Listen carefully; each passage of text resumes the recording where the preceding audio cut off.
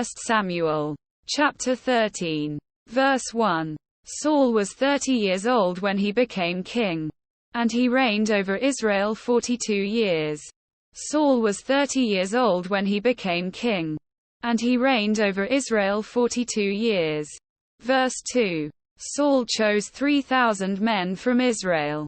2,000 were with him at Michmash and in the hill country of Bethel, and 1,000 were with Jonathan at Gibeah in Benjamin. The rest of the men he sent back to their homes. Verse 3. Jonathan attacked the Philistine outpost at Geba, and the Philistines heard about it. Then Saul had the trumpet blown throughout the land and said, "Let the Hebrews hear." Quote. Verse 4. So all Israel heard the news. Saul has attacked the Philistine outpost, and now Israel has become obnoxious to the Philistines. And the people were summoned to join Saul at Gilgal. Verse 5.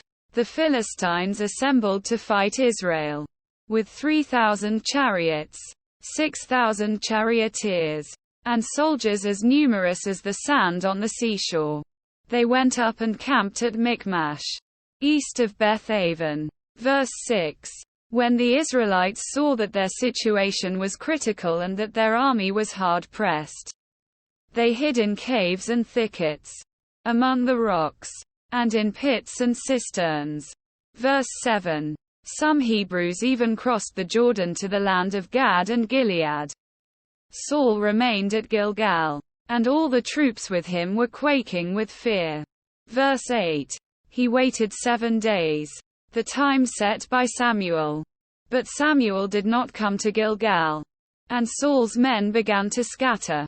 Verse 9. So he said, "Bring me the burnt offering and the fellowship offerings." And Saul offered up the burnt offering. Verse 10. Just as he finished making the offering, Samuel arrived, and Saul went out to greet him.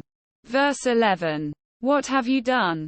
asked Samuel. Saul replied, "When I saw that the men were scattering, and that you did not come at the set time, and that the Philistines were assembling at Michmash."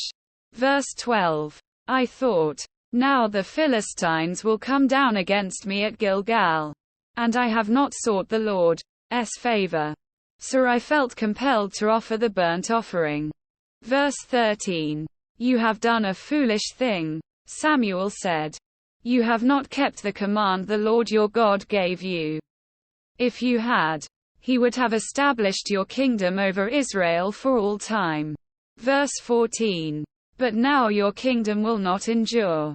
The Lord has sought out a man after his own heart and appointed him ruler of his people, because you have not kept the Lord's command."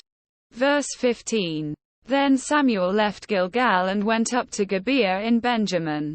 And Saul counted the men who were with him. They numbered about 600.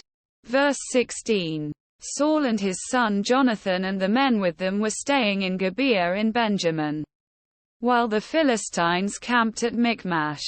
Verse 17. Raiding parties went out from the Philistine camp in 3 detachments.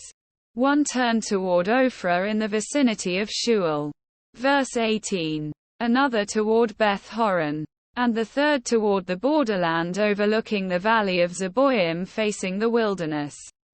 Verse 19. Not a blacksmith could be found in the whole land of Israel, because the Philistines had said, "Otherwise the Hebrews will make swords or spears." Quote. Verse 20. So all Israel went down to the Philistines to have their plow points, mattocks, axes and sickles sharpened. Verse 21. The price was 2/3 of a shekel for sharpening plow points and mattocks, and 1/3 of a shekel for sharpening forks and axes and for repointing goads.